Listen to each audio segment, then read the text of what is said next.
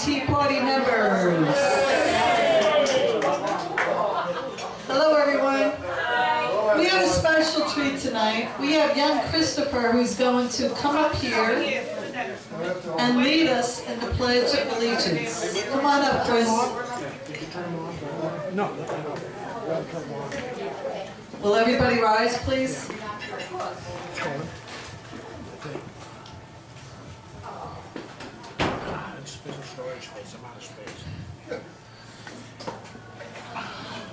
I pledge allegiance to the flag of the United States of America and to the republic for which it stands, one nation, under God, indivisible, with liberty and justice for all. Thank you so much, Chris. Thank you.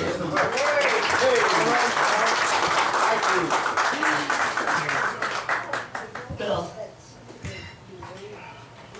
Stay standing, please. Thank you so much, Bill.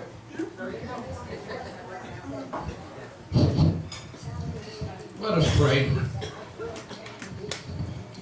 Heavenly Father, thank you for being in our presence. It is written, where two or more are gathered, you're in our presence. Thank you for being with us.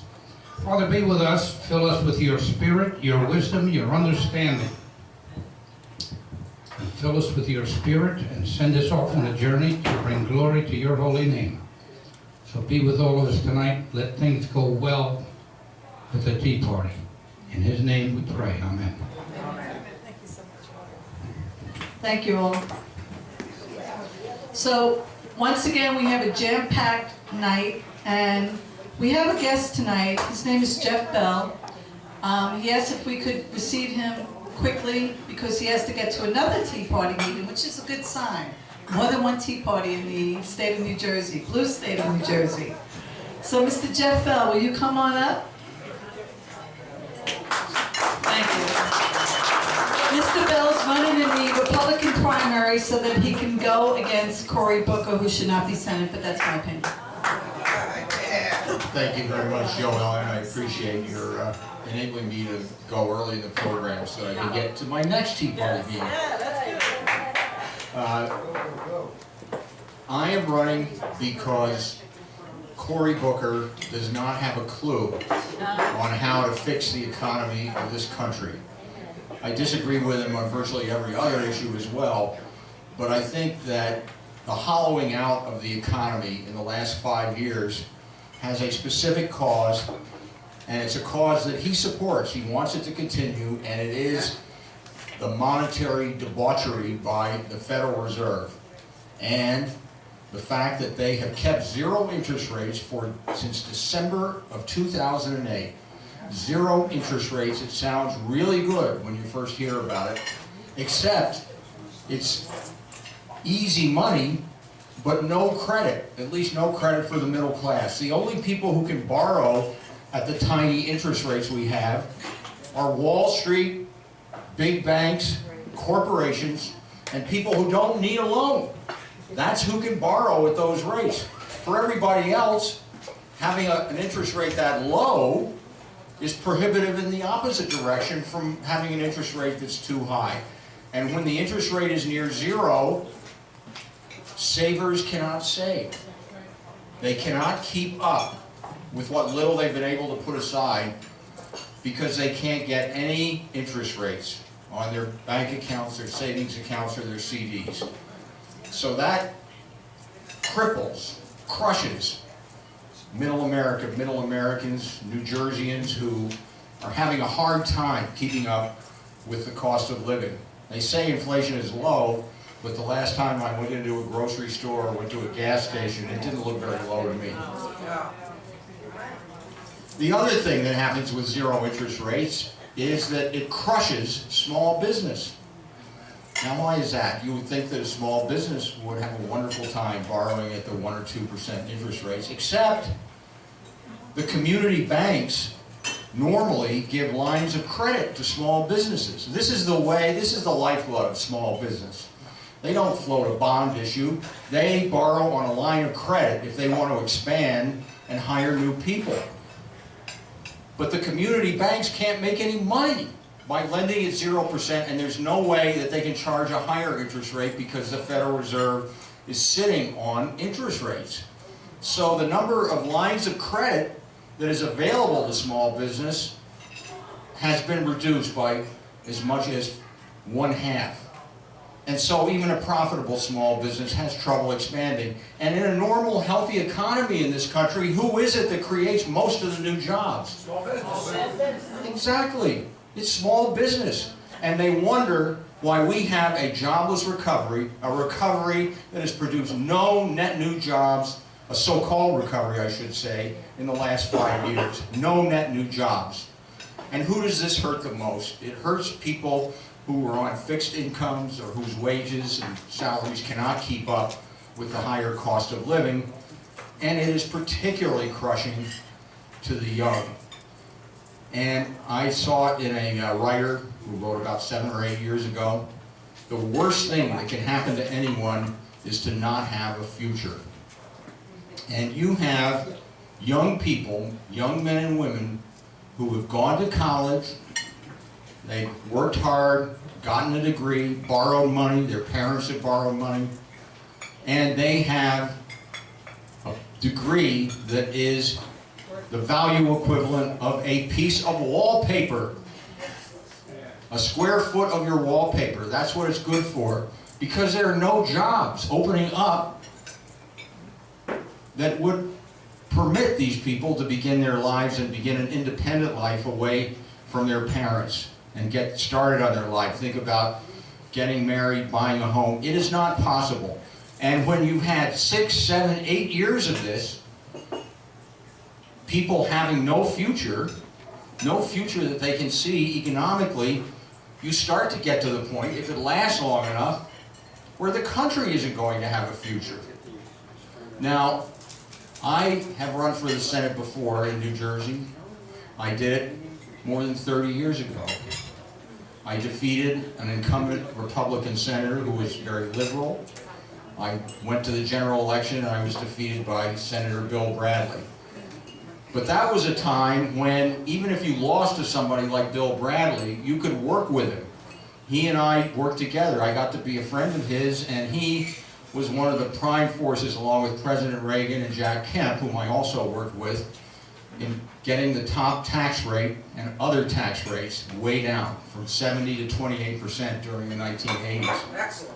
There is no such bipartisanship that is possible today. The left does one of two things. They pretend that they're conservative, or they don't argue. They don't like to even debate anyone. They think they know all the answers, and they constantly engage in the suppression of speech. They ridicule anybody who disagrees with them, and yet Cory Booker, who, as far as I'm concerned, has almost all of the views, identical views with Barack Obama, neither of them has a clue on how to get this economy moving again. It's an empty suit. It's an empty suit, and one of the reasons that I came back and ran again after a long absence from New Jersey politics is that I couldn't find people who would talk about this Federal Reserve problem and talk about getting back to honest money that we had as recently as the 1970s, getting back to the dollar being backed by gold, something of independent value, which we've had for the vast majority of the history of our country. They wouldn't do it because they are codependent. The Congress is codependent on the Federal Reserve. They finance these huge mounting deficits at low interest rates, which makes them painless in terms of political pressure. And Wall Street, and Cory Booker is the senator of Wall Street. If you thought that Wall Street was a friend of the Republican Party, look at his fundraising report and compare it to mine or the other Republican candidates in this primary. Wall Street is codependent on the Fed, and they will not speak out against this horrible zero interest rate policy that is grinding down this country, grinding down savers, grinding down the middle class, and grinding down small business. And if I didn't do it, I couldn't find anyone else who would. I tried to get other people to run in this state and even in other states, and I couldn't do it. And so I am running because I have an answer. Cory Booker You know what his first speech was about when he got to the U.S. Senate? His main speech a couple of months ago. He's only been in the Senate for 6 months. He gave his speech on the extending of unemployment benefits. Great. Now, I don't agree with that. I think extending unemployment benefits makes people postpone looking for a job. But even if I did agree with it, the most you could say for it is that it might involve some compassion, caring about the people who have been harmed, crippled by this economy. But it has nothing whatsoever to do with economic growth. And he doesn't have a clue on how to restart economic growth. Now, I haven't run in quite a while, and the conventional wisdom is that Cory Booker has this election made. Whoever is the nominee, I hope to be, I think I will be. But there are indications that the Democrats, Obama and the Democrats who are on the ballot this year, may be just a little bit nervous that a tidal wave of the type that can be created by the people in this room might be on the way.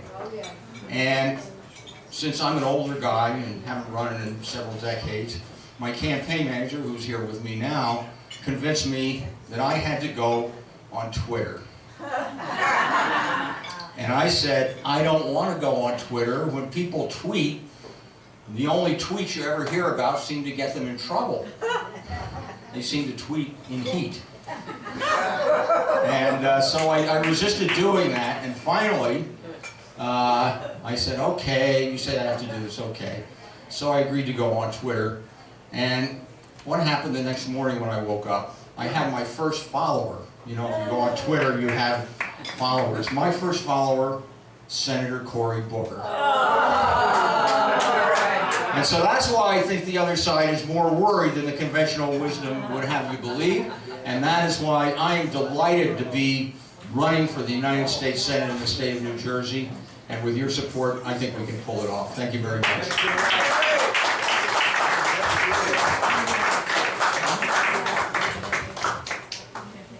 Rich Denker.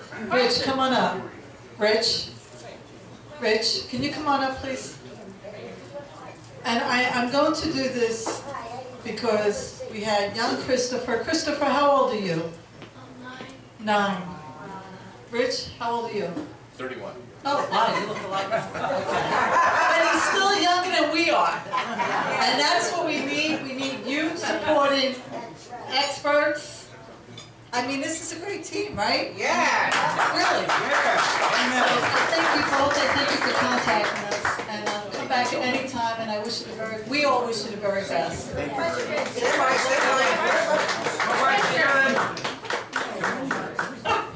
Get in there, young lady.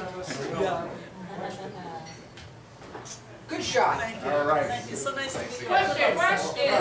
Oh, wait, we have a question. Yeah, I do have a question.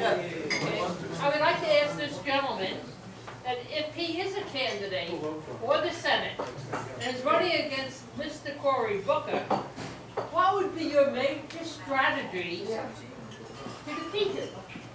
You just mentioned a few things, but they're not major strategies. How are you going to defeat him? One thing that, in addition to the issue that I highlighted, Cory Booker was in a debate with his special election opponent, Steve Lonegan. And he said, Obamacare is a great program. Now, by the time I'm through with this campaign, 6 months from now, he's going to wish that he had never said that. That's one thing. The other... Why will he wish he never said that? Marilyn. Well, Give us the information, because we're looking now to support a candidate, and you have to give us the information that we need to support you. So you're saying, you're going to say that he will be very sorry he ever said that. Why will he be sorry?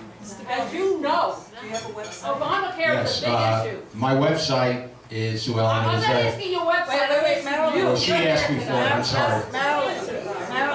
Bell2014.com. One of the big things is that if a race gains steam, now I'm talking to you now, I'm answering your question. Fine, thank you. One of the things that happens in modern politics, it's changed a lot from the last time I ran, and if you start to get ahead of steam, other groups come in, independent expenditures can come into the state and make a difference. I won't pretend that I can match Mr. Booker's fundraising. I don't have that many friends on Wall Street, Hollywood, or Silicon Valley. But it doesn't take a lot of outside expenditure to make a difference in a Senate race like this, particularly when the senator is somebody who has support that's an eighth of an inch deep and has a lot of Achilles heels in terms of his stewardship of Newark, his being gifted with a Silicon Valley company called Waywire. There's a lot of material on Mr. Booker, and I think there's a lot of dissatisfaction in this state about everything from the miserable economy to Obamacare to the state of our position in the world. I just think the materials are there. I can't prove to you that I can win, but I can tell you that it will be a high profile. There's a good chance if I'm the nominee, it will be a high profile race. Hold on. The reason why Mr. Bell is not answering specific questions, he really came here to introduce himself, let you know he's running. He has a website. We have a really, he called last minute and I promised him I would get him in first. I appreciate it. So if you are interested in Mr. Bell, just go into his website. We'll allow 2 more questions, but then we have to continue. Go ahead, hon. But the problem is that we don't care about Cory Booker, what he stands for. We need to know what you stand for.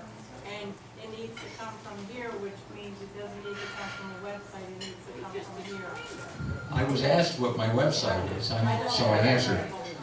I stand for honest money in this country, returning the dollar to the gold standard. I'm a social conservative, I'm a foreign policy conservative. I worked for Ronald Reagan for 3 years as a staff member. I helped him formulate his tax policy and his decentralization policy. I have all of the views I think that the people in this room would share. Obviously, in a short talk, I don't have time to elaborate all of them, but I'm known as somebody who has a very specific agenda to help turn this country around. And as bad as shape as the country is in now, I was around in the 1970s and working with Reagan at a time when everybody said that we were on the way out, that there was, the Club of Rome was saying we were running out of resources. We were told that we'd have to wear sweaters all the time, not have enough heat. And Jimmy Carter wore a sweater, you may remember, when he gave presidential speeches. And it was, you could turn it around. And the reason is the American people are the most dynamic, the most hardworking, the most innovative people in the world. If government gets out of the way, if it stops doing the things it is doing now, the American people can come back just like they did in the 1980s. Can I say thank you, and that's what you should have said when she asked. Whenever she asked you, that's something to roll out. Okay, Joe? Yeah, Mr. Bell, hi, Joe Robertscotto. I'm going to ask you the same question, and a lot of us here, we're very knowledgeable, we've been around, we've vetted a lot of candidates. I have to ask you the same question I've asked other candidates running in the Republican Party. And the question is, can you please stop saying that these candidates like Cory Booker, or now our Senator, and Barack Obama, do not know what it takes to get the economy started? Because they do know what it takes to get jobs started. They have to know, because what they're doing right now is perpetuating power in the Democratic Party. This narrative that they don't know how to start jobs or create jobs, that's nonsense. Well, why don't they do it then? Right? Why don't they do it? Because they want America to fail. You're not listening to what I'm saying. They know what they're doing. What they're doing right now is perpetuating power, overregulating jobs. They want to raise the minimum wage. And they know exactly what they're doing, these people. They know what they're doing. They do. I can't believe that they don't know what they're doing. What they're doing on purpose right now. Well, there's a very interesting debate on what they were doing on Obamacare.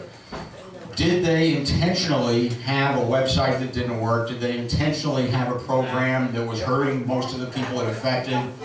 Or were they arrogant? Did they believe that they knew best what the American people's health care needs are? Do they believe in a top-down program, a top-down approach to economic growth. I lean toward the latter. I think that they do not know because they have an elitist mentality that tells them that they know best how the economy should go. They know how much money should be printed. They know who should have what kind of medical treatment. And the crash of the website, the crash of Obamacare was as big a surprise to them as anybody else. They thought they were omniscient and they thought they knew everything. They do not. Thank you. Thank you, Mr. Bell. Again, I'm going to take the onus on that. I thought I had explained he was only coming up to introduce himself and that he was running. As you know, we are very taxed for time in this facility here, so we try to keep everything lean and mean to the best of our ability. But again, thank you, Mr. Bell, for joining us. Just so you know, though, I'm sure because you're all very aware of what's going on, 1 in 3 people who signed up for Obamacare actually paid their premium. It's a failure. Rush Limbaugh said it from day one. He never wanted it to succeed. This is all to implement government health care, government-run health care. And we know that. And Joe, I appreciate what you have to say. I'm with you. I want the politicians to be direct and say it on the line. But, okay, we're going to do a little housekeeping here. So we're going to have Steve come up, and he'll give us a treasure report, and he's going to give us a little insight as to what has transpired recently in his own way that he is so good at. Steve? All right, Steve.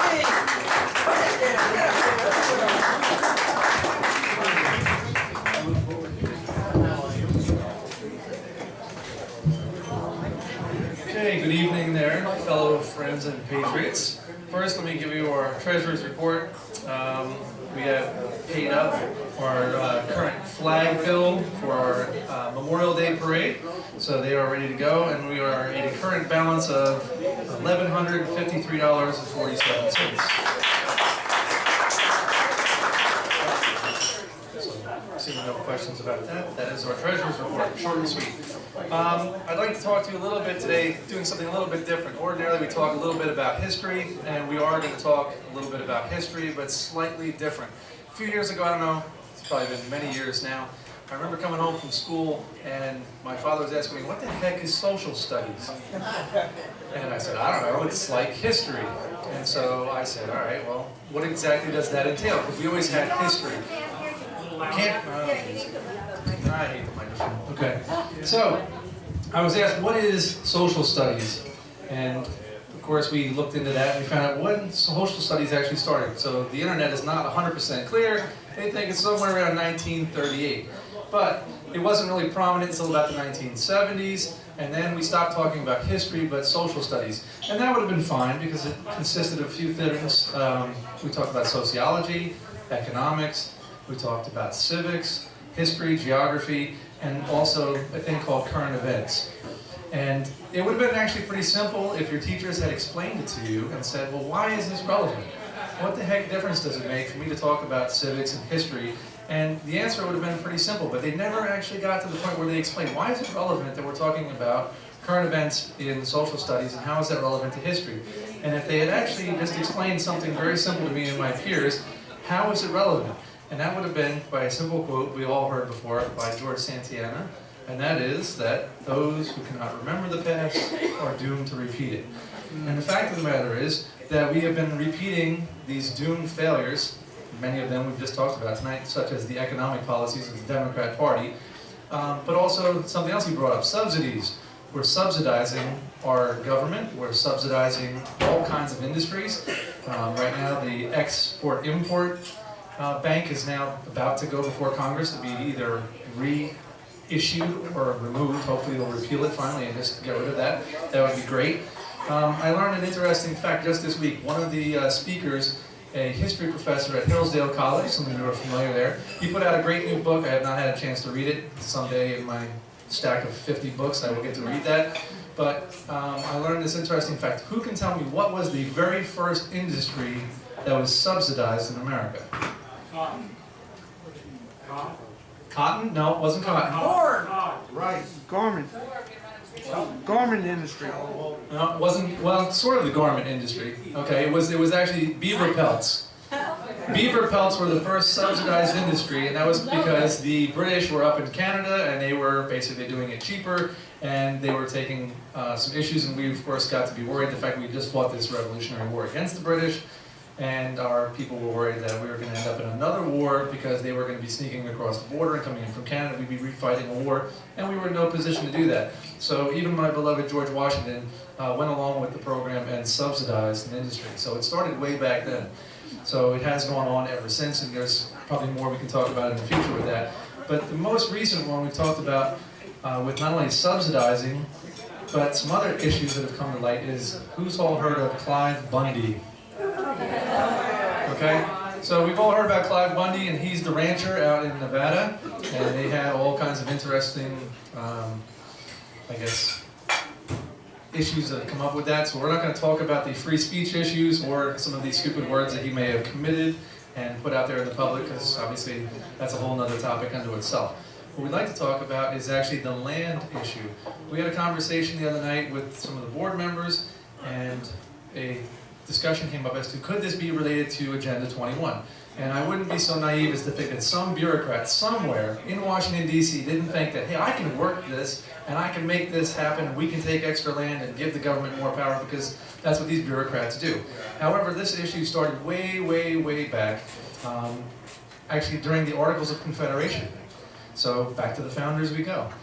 Back in 1787, there were discussions about how to give free land and actually subsidize people that couldn't do it, so that we could have that push west. And of course, we had Manifest Destiny. It went on and on. Nothing really came of it until the 1860s, and just before the Civil War. Unfortunately, this is the second time now we've already had to comment about our side, right? You know, most of the guys are sitting here saying, well, the Republicans started this. We had the Homestead Act of 1862 brought up prior to the Civil War, and it was a Republican issue to give out some free land. And while in and of itself it was compassionate, and they were trying to push some things, and that was a good idea to some extent, it was going to help ranchers. It was going to get them out there, push the Indians back, and they were going to expand the land, get that Manifest Destiny going. And the program started. And as it would, you would get 160 acres free and clear. Small fee to the government if you met certain requirements, such as I lived on the land and actually farmed it for 5 years and made some modest improvements. A well, a house, a building, something. Of course, it didn't always work out that way, and it didn't take long before fraud set in. Surprise, a government program with fraud, right? So who took over? Big business. And who was the big business at the time? Miners, railroads, right? So you had a bunch of other special people, speculators, miners, cattlemen, and they ended up with most of this land. And at some point, 500 million acres were distributed between 1862 and 1904. Funny thing is that most of those acres went after the 20th century. So in those last 4 years, more acres went than in the previous 40. Go figure. And of course, of all of those acres of land, only 80 million of those acres went to farmers and the people that were actually the homesteaders, the poor, the family farmer that they had intended. So 80 million of the 500, and the other 400 and whatever 20 went to big business. So there was an interesting article, and this is the one quote I'd like to read out for you from Joel McDermott. I don't know if anybody's really familiar with him, but he is an author. And does write for some companies called the American Vision. And this story is so multifaceted that nearly every group has presented it in a completely different light, including the stories that promise the truth about the Bundy Ranch standoff. To the Liberty Movement types, it's about government involvement where it should not be. To other libertarians, the focus is on the BLM thugs and the assault rifles provoking tension and tasering little old ladies. Yeah! Yeah! There's the real lady! Yeah! So, the mainstream conservatives, it's about a ridiculous endangered species law, or possibly Harry Reid's solar company crony schemes. Civil liberties folks were alarmed that relegation of a protest was in a small orange fenced-in free speech zone. Liberals like Harry Reid, it's all about direct rebellion against lawful government and taxes and court orders, and the prosecutors and they want to get after those protesters like the domestic terrorists that they are. And of course, common law proponents noted all of the classic hallmarks of civil and admiralty law tyrannies behind all of this, and they gasped at just how brazen and how advanced it's become in America. Bundy himself, of course, had a very complex states issue rights argument before going before the Nevada state. And of course, this all went back to the Nevada statehood process, and he basically refused to recognize that federal ownership of his property. The irony is that he did recognize that up until 1993, which just so happens to be when the Fed started to increase rules and regulations and put a little bit more of a pinch on these ranchers. So for a couple hundred years, what had happened was the ranchers were able to go out on this land, farm it as they wanted to. 100 acres wasn't enough, 640 wasn't enough, they expanded it. You needed thousands in the arid West, it just wasn't enough. And at one point, it was free land. Lo and behold, they started asking for fees. And which president asked for the fees? No, before this. It was just after that Wilson guy.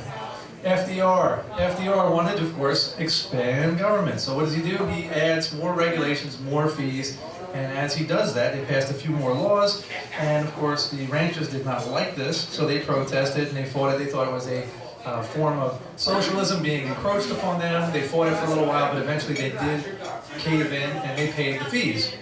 So as they paid the fees, it wasn't so bad until after the 1960s. And you had Lyndon Johnson, and then the Carter years, and each year afterwards. Now it's almost impossible, kind of like your IRS. There are so many rules and regulations you can't keep up with. Well, where am I? Who's on my land? What's going on? So how does the government keep track of them? Satellites? Drones? How do we know who's settling these land problems? So the government is encroached upon. You don't know when you can put your salt licks here, how you can water your cattle. It's not just about sheep and cows now. It's about, well, am I encroaching on a wildlife species that I'm not allowed to? Am I overgrazing? What's going on? There's just so many rules they can't keep up. So eventually they kind of came to a head, and instead of doing what was originally planned, which was you buy the land and you pay taxes on it, they're actually looking at welfare. So a major part of our land owners out there in the West, it's a 50-50 split. And of course this 50-50 split is a major constituency of the West. So you have basically two parties arguing back and forth.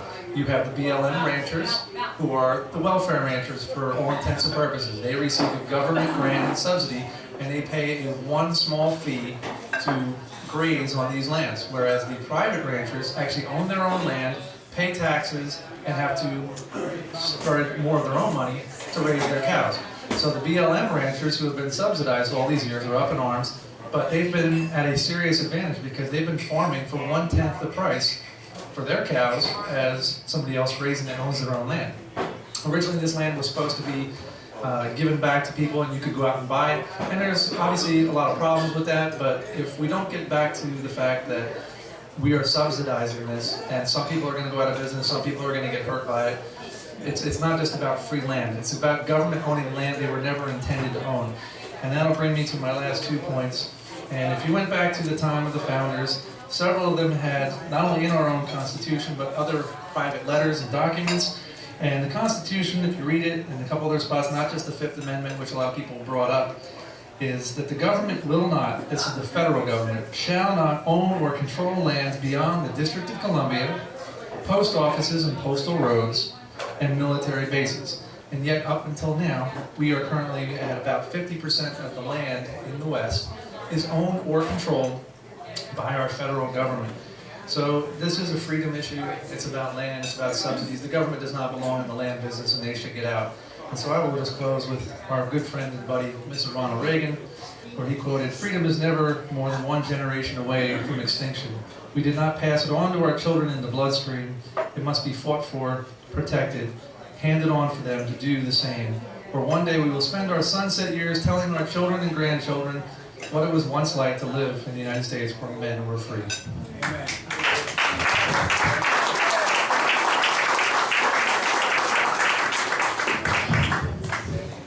Thank you once again, Steve. I'm going to take I got one moment. Go ahead. I got one question. Does anybody know who it is Who's the one person that owns more land in this country than anyone else? China. Ted Turner. Ted Turner, yeah. Ted Turner owns more real estate in this country than anyone else. Ted Turner. He's a liberal though, leave him alone. Yeah. Yeah. But later on, after we have most of our speakers up, we're going to have Don come up. There's so much going on. So much that is overwhelming us. Don wants to start a project, which I'll let him speak about, but we're just it's bombarded. And that's one, and even this debacle with Sterling, I cannot believe his privacy was betrayed that way, and everything that's happening. I'm sorry, what he said was stupid, but he has the right to say stupid things still, in his own home. But anyway, let's introduce Jason, who's got some new events that are going to be coming up, which we hope you all participate in.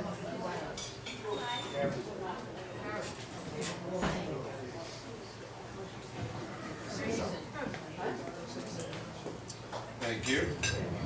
Hello, everybody.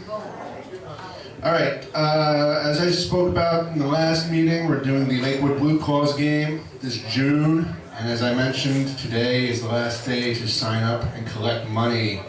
If you still want to attend and have not yet paid, I do have extra sign-up slips. So feel free to stop by and see me. I'm sitting at the table over here.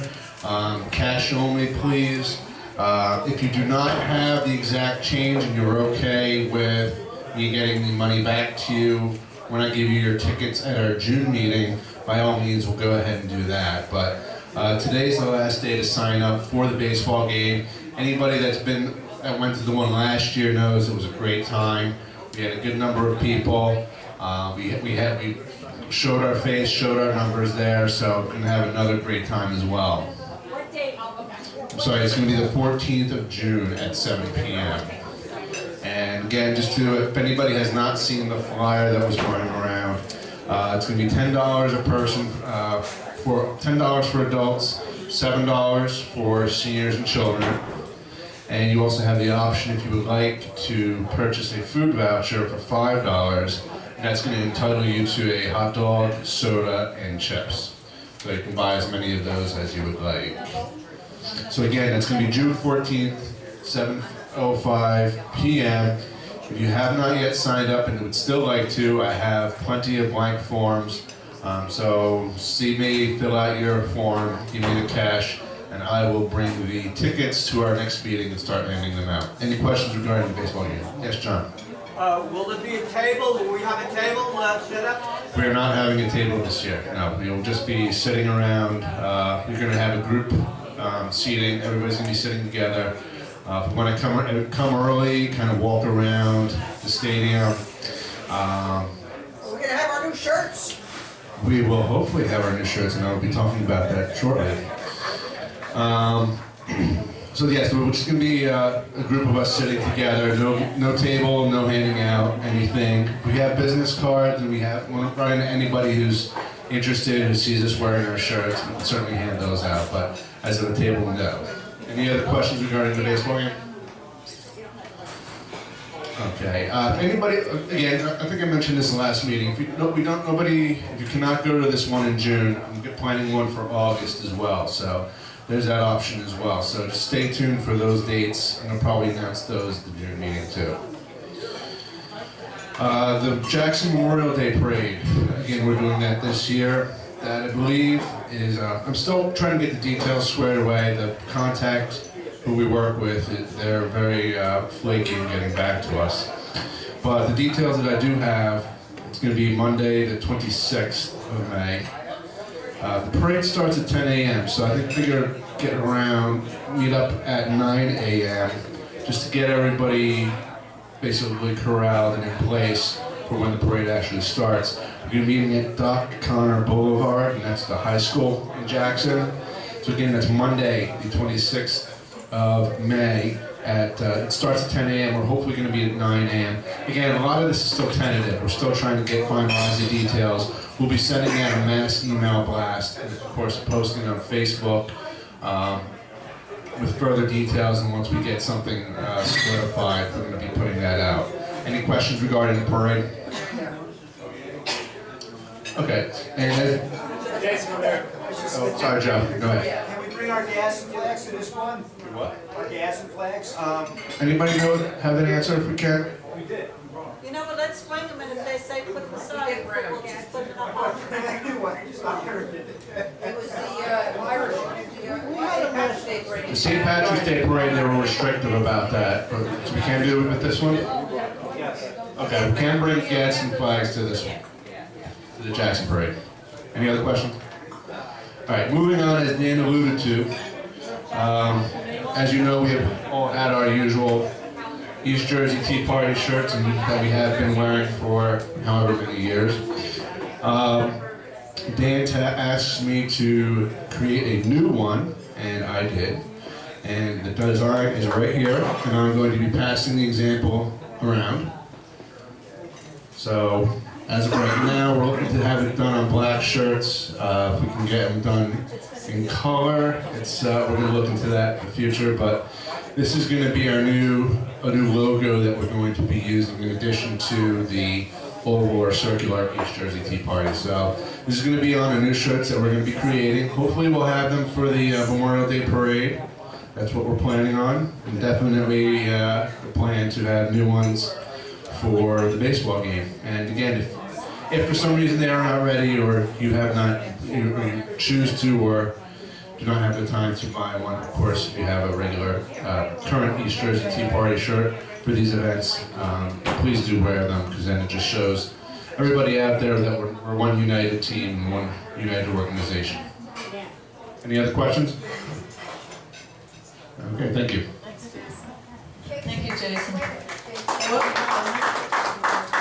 The Memorial Day parade is this month.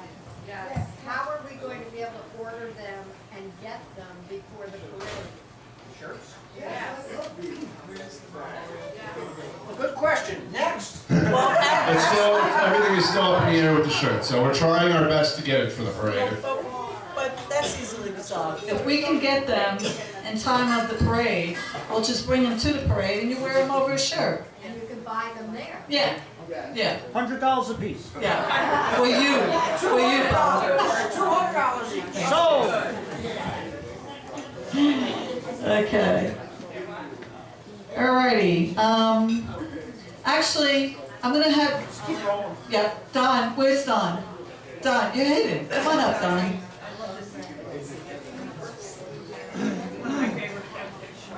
Now, Don is a great example as to somebody who never turns it off. He's constantly thinking of ways that we can get involved and get more people involved. So he calls me up Saturday with this gung-ho idea. I'm like, go for it, Don. So Don? troublemaker. Yeah. Thank you, Joan. Yeah, I was reminded by my 81st birthday that the memory isn't quite what it used to be. Thank you. But the memory has got to stay there because we've got so many issues, and they're doing so much to squash our interest in these issues. So it's almost impossible to keep track of all of the things. Do you remember a couple of weeks ago, there was some kind of announcement on Fox News at one of the stations that there's 38 issues that have been given labels to call people's attention to these very, very strong issues. For example, Benghazi, Fast and Furious. Do you remember what Fast and Furious is? Yes. Benghazi. NSA. Tell me what NSA is. Do we remember the 38 of the issues? No. And it's happening, especially with the news media. We know the news media is so to the left that they're not going to give any credence to it. We know what's happened to all the Tea Parties. How many years do we have to wait for our tax exemption? 2.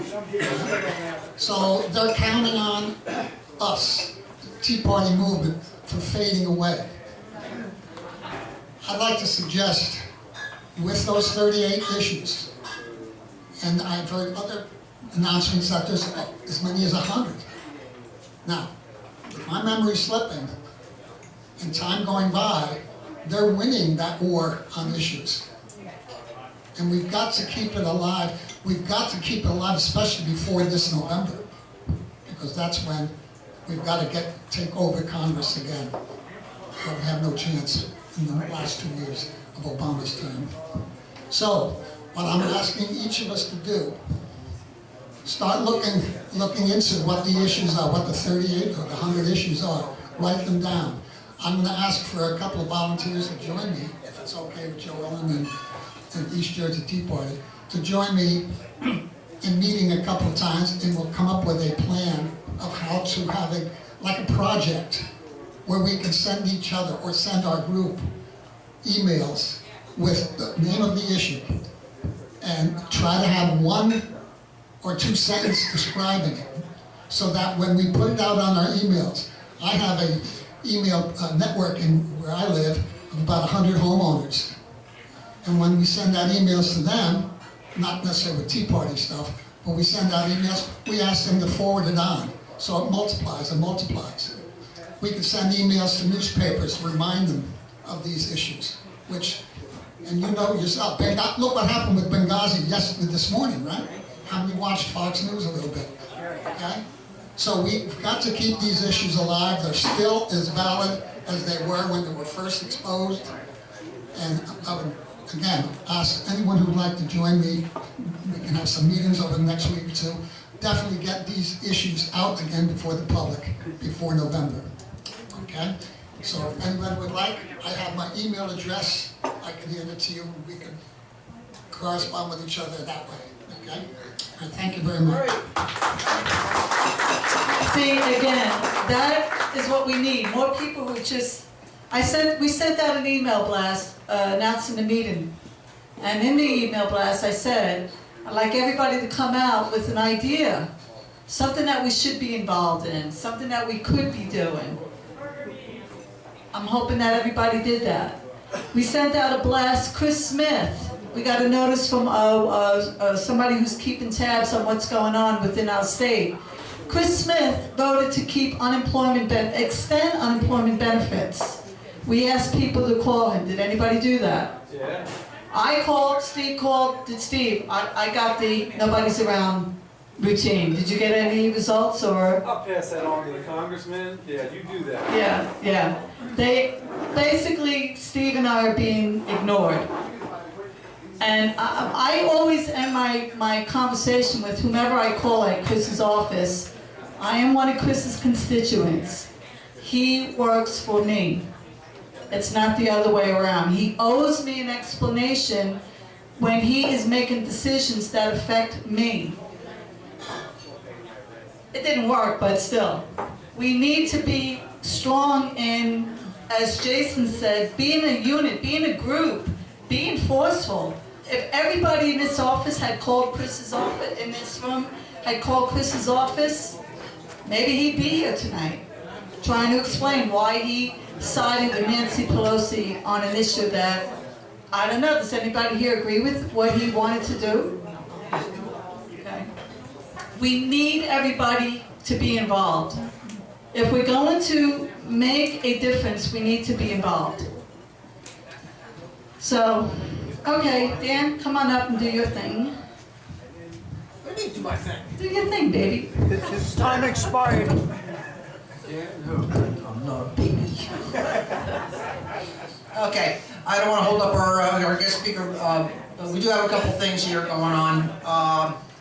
First of all, the Tennessee Center for Self-Governance, they're giving a class in Medford on Friday, May 9th.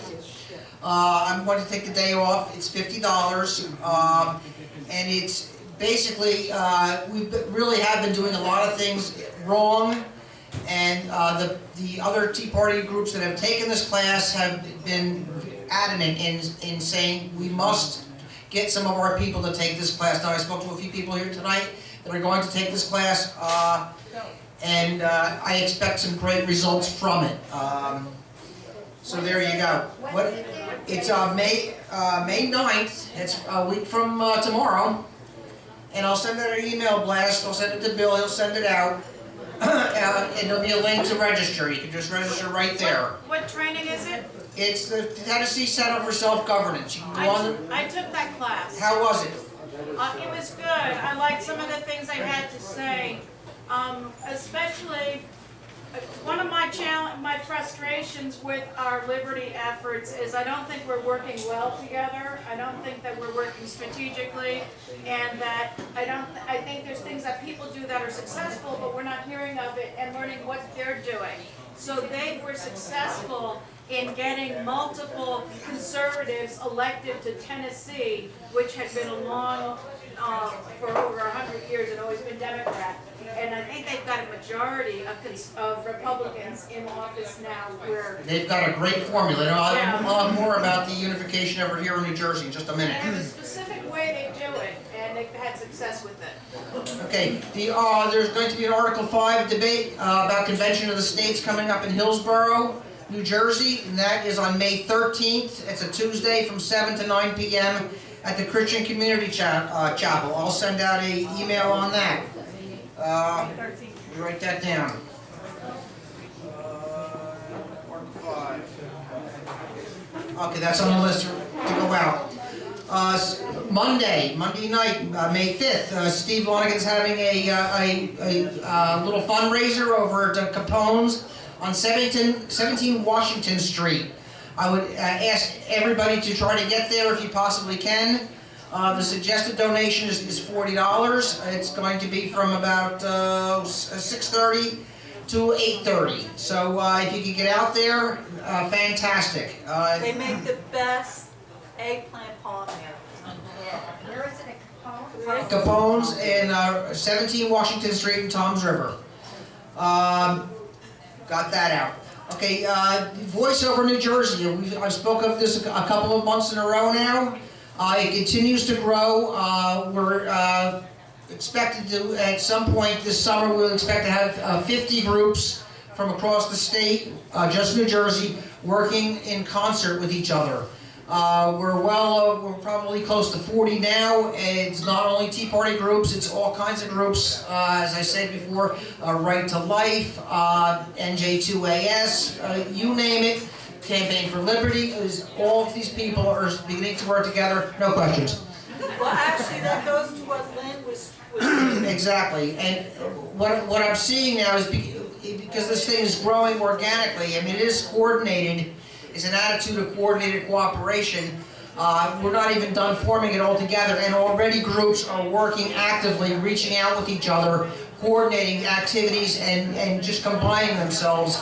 And it really is going to be making a difference, especially over the next 2 or 3 years when we get this whole project done. This is also part of the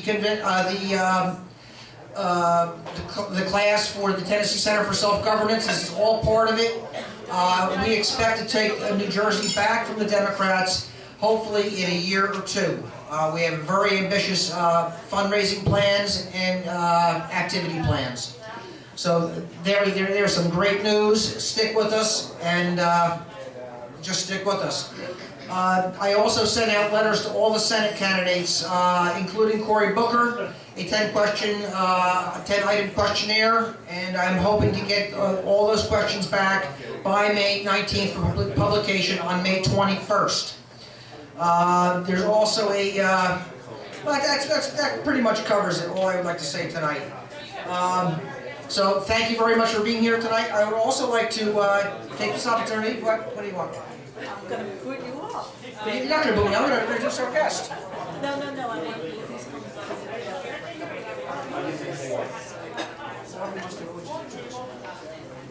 Thank you.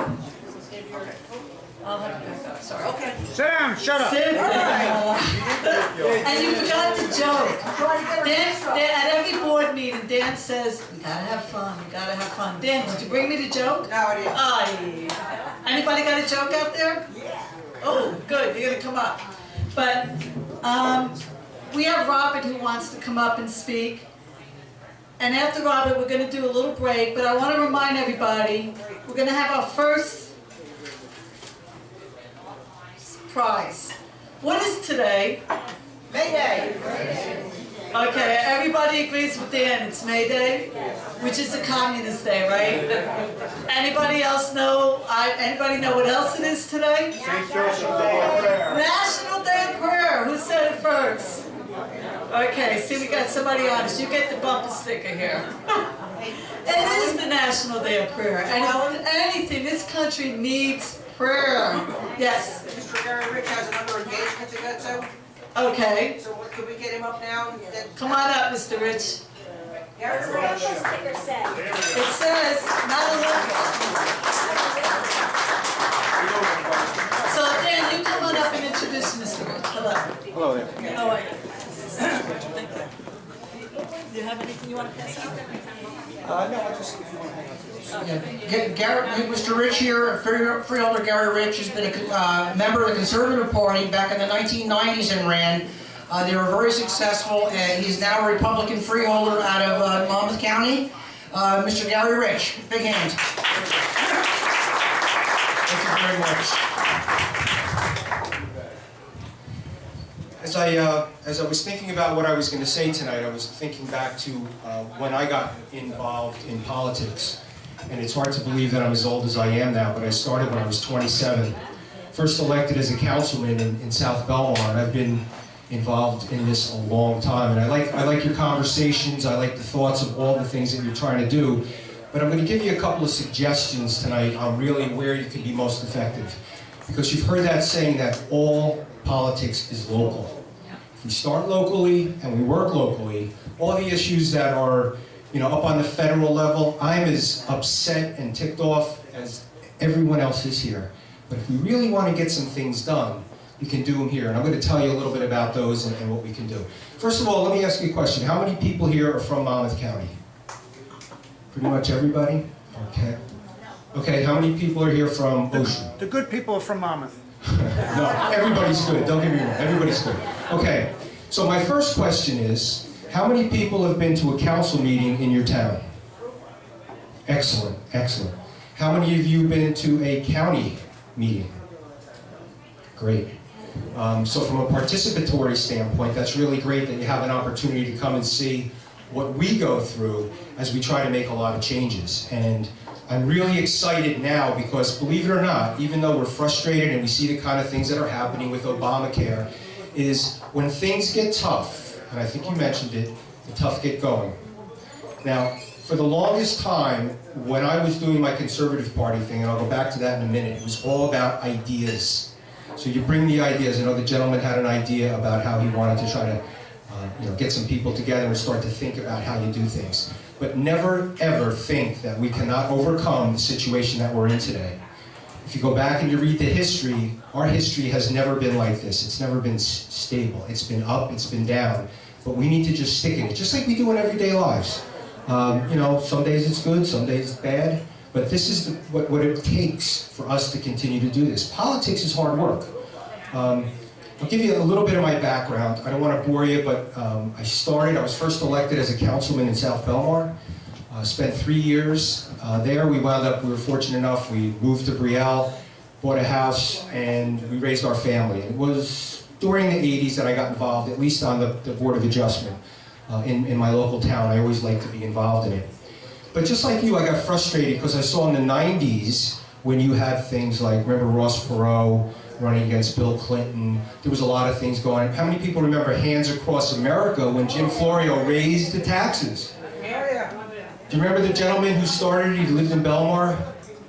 John Budzash? I don't know if you remember that. But people really came together because they were really upset.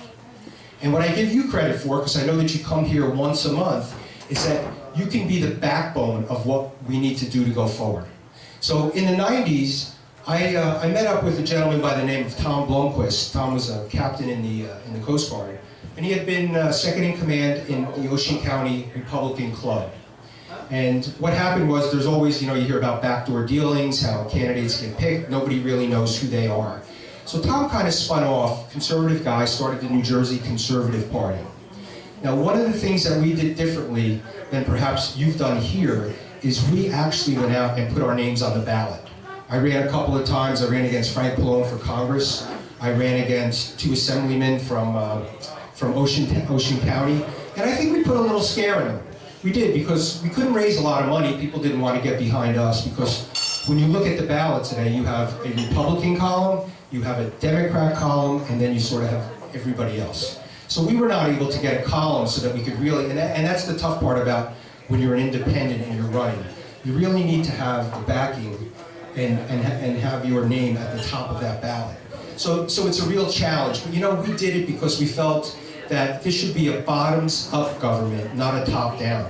And bottoms-up means that we're all sharing here today. You can get your neighbor to help you to do what he wants, what he needs to do. So, you know, it's all about us here. It's not about the top. And even in my political career now as a freeholder, my whole job is to represent the taxpayers. And I'll tell you a little bit more about a few of the things that we've done, like bringing our budget in for the past 4 years, and 5 out of 7 at 0% tax increase. That doesn't happen. You know, if you're fiscally conservative and you want to know, we're doing it. So the idea that Republicans can't work with the Tea Party, or if there's anything, let me tell you something. I'm a Tea Party guy. I'm a conservative guy. I represent my people. So anyway, so as it turned out, we ran a few times. We had one year, 42 people ran. We had a gentleman ran for governor, U.S. senator, and then we had a number of different assembly spots around the state. So we were kind of statewide. We had a pretty good organization. So it just was kind of funny how I wound up going back to the Republican ticket. Was my pediatrician's son happened to be the chairman of the Republican Party in Spring Lake. He called me on the phone. He was looking, I guess he was looking for payment, which we had already paid, by the way. And he said to me, Gary, you know how hard it is to win as an independent? Why don't you think about running as a Republican? Wasn't going to change my ideals, but I said, I really have to think about this, because there was something about being an independent that really, from an ideological standpoint, which is why you're all here, it was really hard, because I thought it would be difficult if I became a Republican and we still wouldn't be able to do the things that we wanted to do, to be fiscally conservative, smaller government, and to really serve the people. So as it was, I did become a Republican. I ran and I won 3 terms between 1996 and 2000. Bob is sitting back there. He knows the kind of things that we've done in Spring Lake. But I always had in the back of my mind, I always wanted to be at least a freeholder or an assemblyman. I always kind of wanted to be, oh, I thought you were going to tell me how many minutes I had. Thanks, Dan. But I always aspired to higher office. I always thought that was something that I like to run. Other people like to work for the party.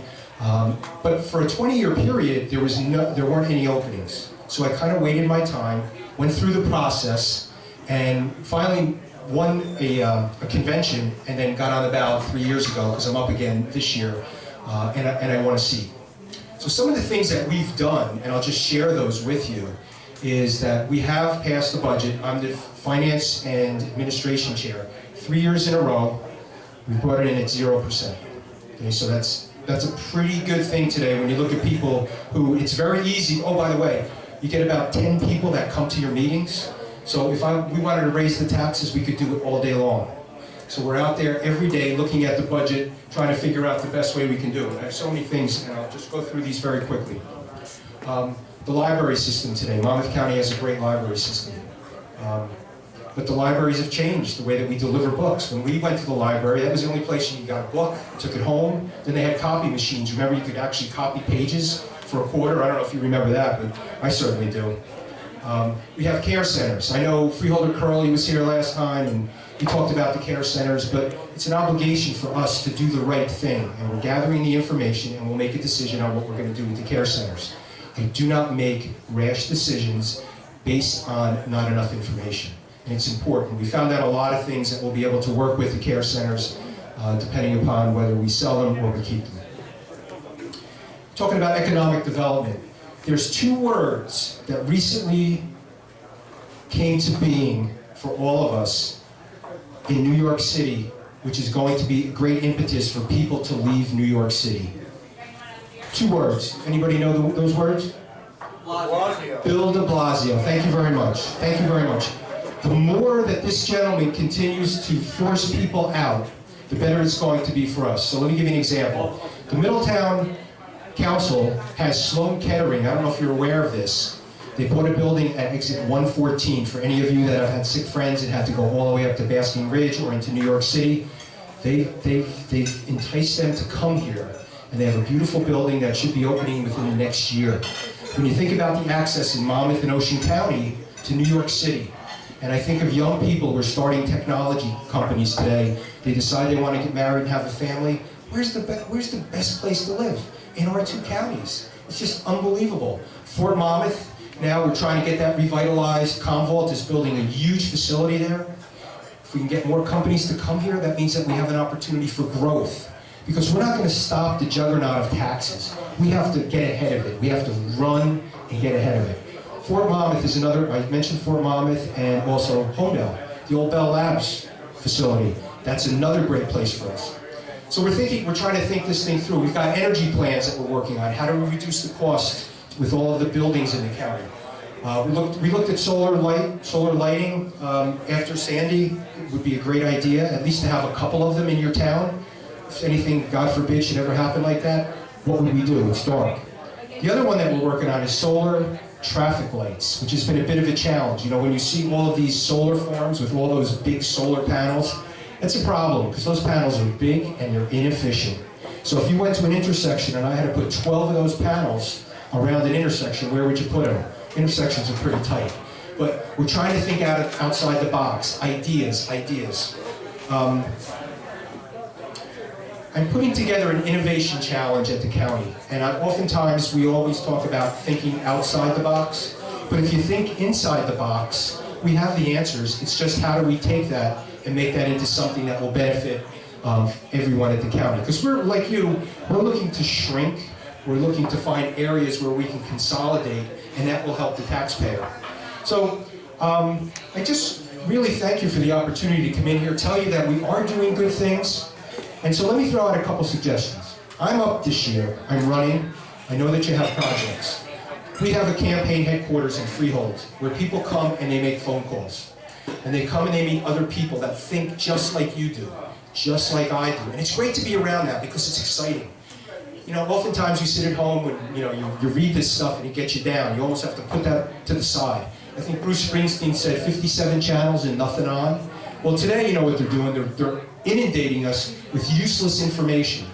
So my point is that politics is local. Come join us locally. We're not going to change Congress. We're not going to change that, but we can continue to change here and get the message out there that we as the freeholders are trying to do a good job. Your local county council, if you like them, go and work with them. You know, we knocked on doors. Going around knocking on doors, meeting people, it's a lot of fun. I'd love to have you. I brought a sign-up sheet. If you'd like to work with me, I'm out there knocking on doors like you, and I go to work every day. I work for Dell. I have a full-time job. That's important to me, but so is this, that we continue to maintain this. And I'm looking around, and I'd love to see younger people get involved so we could bring them up and let them learn how the system works. I think you even mentioned about if you don't know history, if you don't know what the past is, and you don't have a precedent or something to reference, and that's part of the problem we have in this country. If you go to England, you can reference burned down buildings or buildings that were knocked down in World War II. They're still there, and they're there for a reason, for a reference point. But our country hasn't really had that. We really need to figure out, and I know that we can do this, which is the exciting part. We're in a bit of a downturn in our minds. We're turning around. Ronald Reagan was an eternal optimist. Did he really change a lot of things? I think so. Just by giving us the thought that we can do it, and we can do it better than anyone else. So with that, I'd be more than happy to take any questions if you like, but I certainly don't want to hold you up. You want a break. But thank you for the opportunity. We are with you, and we're working hard to make sure that we're following along with what you need. Yes, ma'am. Yes, ma'am. You know, I just cringe when you say about building reasons for New Yorkers to move down here. Because when the New Yorkers, all these different businesses and things like that, people leaving New York, they have a lot more money than we do. And then they come down here and they overpay for stuff and we can't afford it anymore. It has been happening for a while, and I'm a realtor. And I gotta tell you that I've worked with so many people who just can't even afford to live in New Jersey anymore, and I'm leaving the end of this month because I can't afford it. They're not building anything that's affordable here. If it is something affordable, you have to be on such public assistance to be able to afford to get into it. Apartment buildings have been converted over to condos, so there's very little rentals around. And then they overpay in Section 8 money for rentals. Like a 3-bedroom dump in the hood, the government pays $1,400 a month for, which free markets would only get $600 or $700. So anybody who has something better, if they don't want Section 8, they're up to $2,000 or more. And what are the jobs around here? It's mostly like retail and restaurants. So even if you do bring in a few jobs that are going to pay more and a bunch of New Yorkers to take that, it's not really doing anything to change the affordability for basic people in New Jersey to live here. I think that's an endemic problem throughout New Jersey. New Jersey is an old legacy state that brings all the stuff with it. So you can talk about pensions, you can talk about benefits. Here's an idea about pensions. This is what we did in the private, well, that they do in the private sector. Because the amount of debt that we have today, and people are living much longer, and they're depending upon our younger people, would be to put together, for example, a buyout, where we have a one-time hit on how we pay for people that are a certain age and have been working for the government for a certain period of time. We want to grandfather the people in that are in a certain area, because we want to make sure, or a certain, I should say, they're depending upon their income for them to live on as they're retired. We need to bring private sector ideas into the government, and I think if we continue, this group continues, and people continue to talk to your legislators, what are the things you're going to do? Get behind us. We went to a 401k plan at the county several years ago. We are, I would like to say, we are the #1 county in the state of New Jersey. If you go on our website, visitmonmouth.com, and take a look at some of the things that we've done. I brought some directories. They'll be available. They'll be online. Can I just see? Just one. Thank you. This just came out, hot off the press today. This has your local officials, not for Ocean County, though. Sorry. These are only for Monmouth. Your local officials. If you have a question with them, you want to know what's going on, pick up the phone. You have your county officials. You have your legislators. This will be up on the website, so you don't have to necessarily have a book. But if you go to the website, go on and talk to them about it. But what you're saying is exactly true. That's why people are looking at South Carolina and North Carolina. I don't know how we stop that. But my idea is more on the growth side. I don't expect thousands of people coming across. What I would love to see, though, is another Bill Gates or a Michael Dell or someone come in with a company that they can grow it to 5,000, 8,000 people. I mean, it's kind of far-fetched, but you know what? That's an idea. And we need to do, I can't help, I get it. I've been in Union Beach. I've been in Keensburg. I know those people. We spent a lot of time on Hurricane Sandy with them. What do? Say, don't come? Bill de Blasio was elected. He figured, if he wants those people out. So I understand, because I have my real estate license. I don't sell today, but I get it. But we can't just say no. We have to move ahead. Because I think the other side of it is much better. And I can't. I wish I could, really give you a good answer, but I can't. Thank you, Gary. Okay, thank you very much, everybody. Have a great night.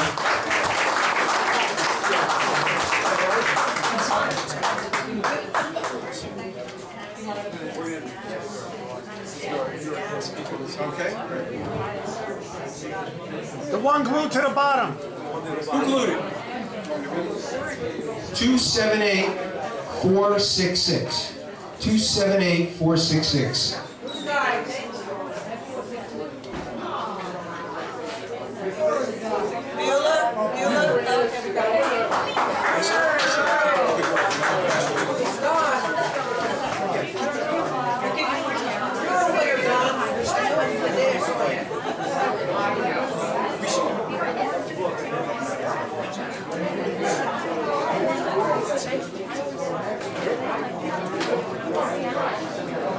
Hey, congratulations.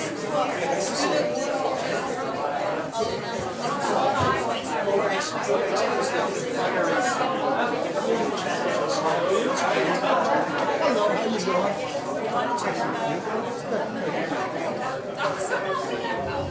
All righty. Thank you, Mr. Rich. Listen, Mr. Rich will need help for his election, so if you're interested, please go on his website. Does somebody have their hand up? Oh, okay, I'm gonna get you up, hold on.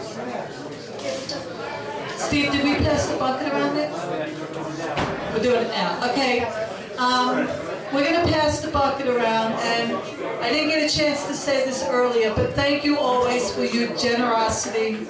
It is appreciated, and it does go to good use, so whatever you can do.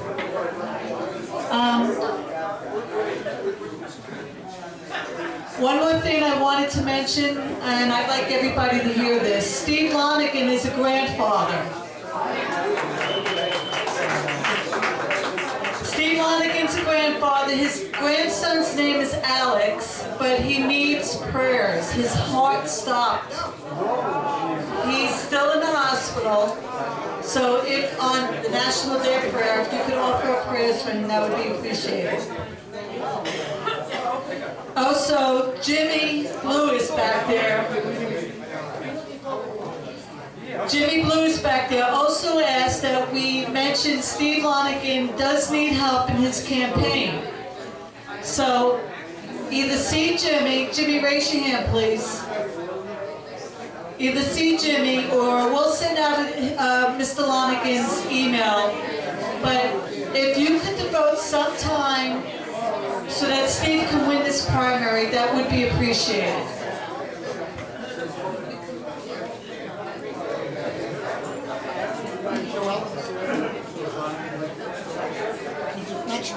Here's my email address if anybody has it. Let me have it.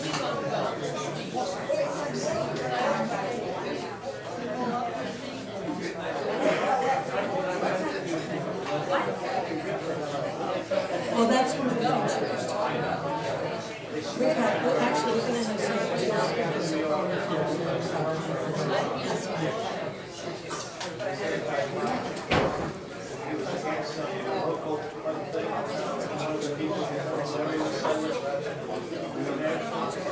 Don wants to give you just a little tease about Common Core, and this is another thing that we discussed about at the board meeting. Marilyn's going to arrange a pro speaker and a con speaker in the future about Common Core.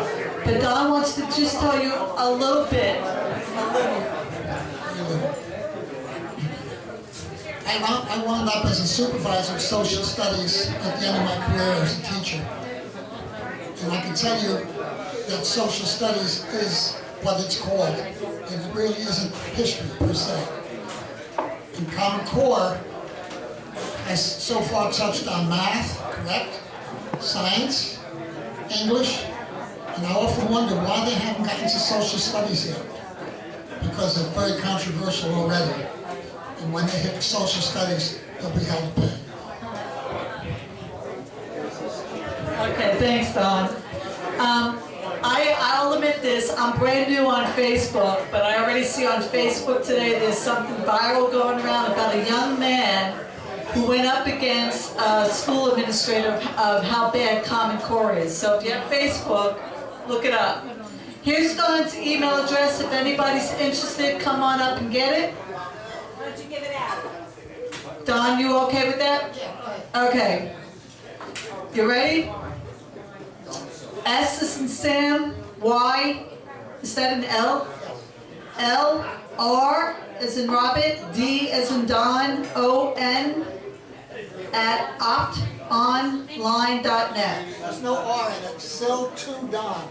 Repeat it. SYL2. The number two. Okay, SYL2. Don at optonline.net. Everybody got it? Okay.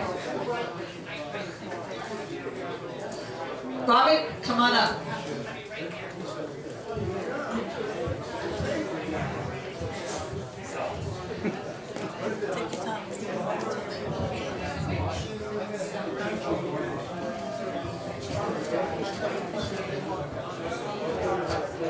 Good evening.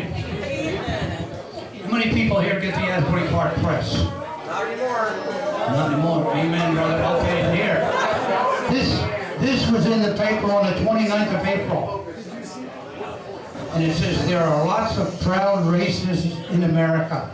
And it's by Eugene Robinson, who in my opinion is the biggest racist I ever heard of. Let me read just a little bit at the beginning and a little bit at the end. Let's not pretend that the deadbeat rancher Cliven Bundy and the basketball owner Donald Sterling are the last two races in America. They have company. I hear regularly from proud racists who sent me anonymously some of the vilest and most hateful correspondence you can imagine. I grew up in South Carolina at the civil rights movement reached their climax. A place and time where racism was open, unambiguously, and often violent. I would be the last person to deny that we made tremendous progress against discrimination. But we have miles to go. Bundy's assessment of the Negro, he wondered whether Afro-Americans were better off as slaves than today, should have come not as a shock. A Nevada rancher who refuses to pay for grazing his cattle on federal land, and that itself is a lie. The world view has taken a home in the Tea Party, which harbors a racist stain. This is not to say that all or most Tea Parties adhere to share Bundy's ugly prejudice, but it has been obvious since the movement emerged that some in the Tea Party do. Then I'll go to the end here. The GOP, Fox News, and the majority of the Supreme Court would like to believe that such naked prejudice is history. Yet some school systems are as segregated as they were in the 1960s. I don't know where he gets that. Leading universities are admitting fewer black students than a decade ago. Blacks are no more likely than whites to use illegal drugs, yet 4 times as more likely to be arrested and jailed for it. No, racism isn't black. It never went away. Now, I'd like to add something to what Bob said before. And I would like to go back to last summer when the veterans from World War II in wheelchairs and canes and crutches went to New York to see to Washington to see the monuments, and they were turned away because they had barriers all around it. A congresswoman went in there and she knocked them down, and that gave them the incentive to do the rest of the knocking down. They went in to see their monuments. Now I'm going to say one thing here. The 15th of the month was tax day. We paid our taxes. Now, I'm not going to name each individual town, but most towns have a courthouse, they have a police station, and fire stations. Now, you paid your taxes. They go to the state. The state pushes it out to the other places. Now, who owns the courthouse in your town? Who owns the state house in Trenton?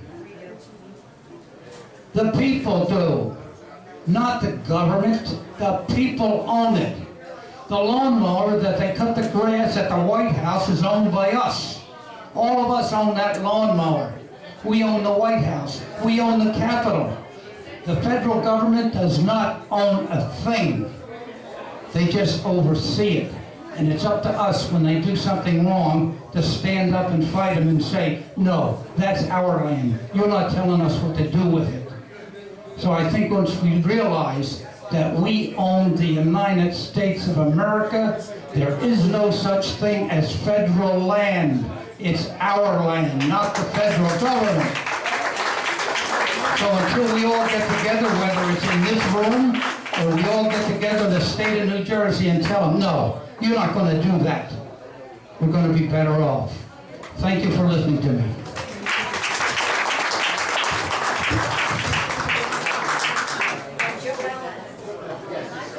Yes, Donna, come on up.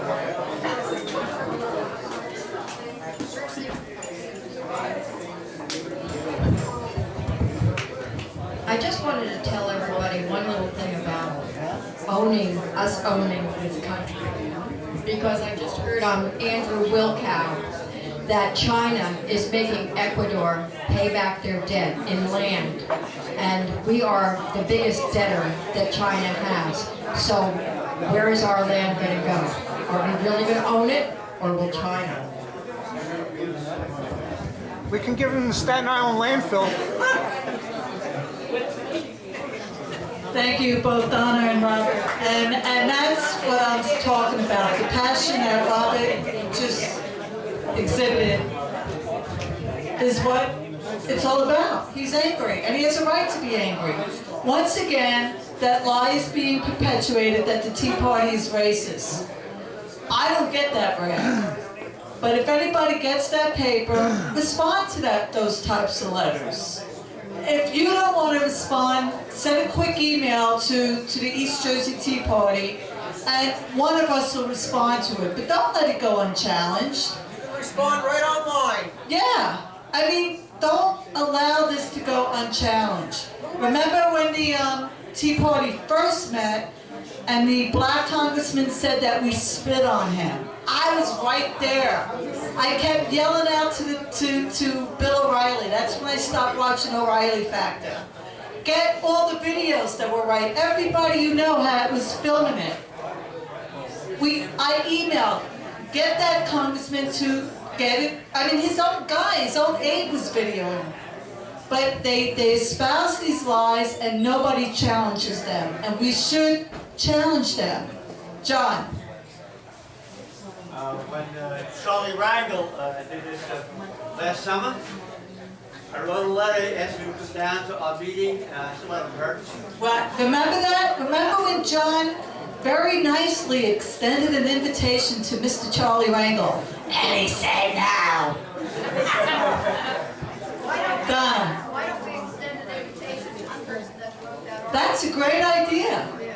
Let him see it. Donna, we're going to do that. We're going to, I mean, I did in my last letter I wrote to the Asbury Park Press. Come on out to our Tea Party meetings. Donna, Eugene Robinson. All right, guys, we're running out of time. We do have one joke here. It's a little long. It's a little long. Save it. Save it? Okay, we'll save it.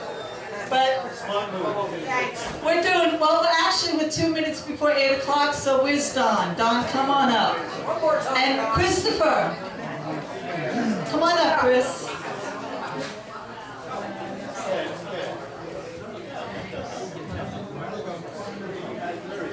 Now this is, Don, you gotta get a picture of this. Okay. You're going to Don, take pictures. Okay.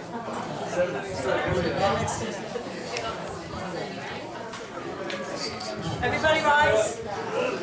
God bless America, land that I love. Stand beside her and guide her through the night with the light from above. From the mountains to the prairies to the oceans, white with foam. God bless America, my home sweet home. God bless America, my home sweet home.